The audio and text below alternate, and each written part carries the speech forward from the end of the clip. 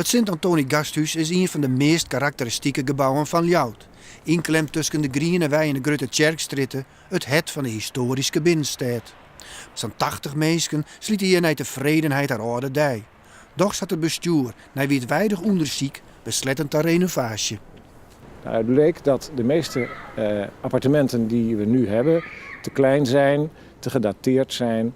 Maar wat we dus dan krijgen zijn over het algemeen appartementen die een stuk groter zijn. Gemiddeld gaat men ongeveer een derde in oppervlakte vooruit. De meeste appartementen die we nu hebben, hebben ook maar 1 slaapkamer. Dat wordt anders. De meeste appartementen die we gaan krijgen, zullen er 2 hebben. Om de wenten te vervangen die voor de renovatie opofferen worden, zal op de hoeken bij de Griene Wei nijbouw verschijnen. Compleet met een ondergroense garage van 44 auto's. Zal het in de stijl gebouwd worden als het stukje gasthuis wat we hier achter u zeggen? Dat denk ik niet.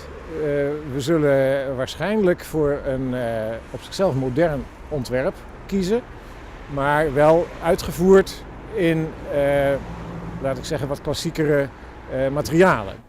Tegelijk met de renovatie zal het Sint-Anthonie Gasthuis in zuidelijke richting uitbreiden worden. Daarvoor binnen toch de jaren hinne verskate ponden onder de Grutte Tjerkstritt aangekocht, zoals de jeddere sauna van Westenberg. Doel is om deze huizen zat te maken dat de bewoners hier ook wijn blouwen kunnen als ze ouder worden. Achter elke gevel komt 1 zelfstandige woning. Die wordt wat wij noemen levensloopbestendig. Dat wil zeggen dat je er al op jonge leeftijd zou kunnen gaan wonen, maar er tot op late leeftijd in kunt blijven wonen. Er liftvoorzieningen en dat soort zaken komen erin. Dat betekent ook dat het Sint-Antonisch Gasthuis dus de dwarrniepen zet voor jongere mensen. Dat zou heel goed kunnen. Het Sint-Anthonie Gasthuis is bij de Ljouters benammen verneemd om de prachtige binnentuin. In de simmer een oase van rest midden in de stad. Doel is deze tuin grutter te maken.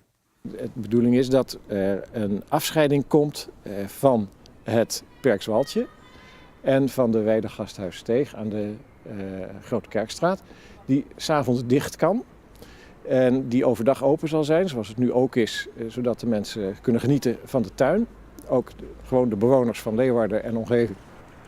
Die poort is de vroegere hoofdpoort van het oude Sint-Anthonie Gasthuis dat in de Grote Kerkstraat stond. Het heeft nooit een functie gehad.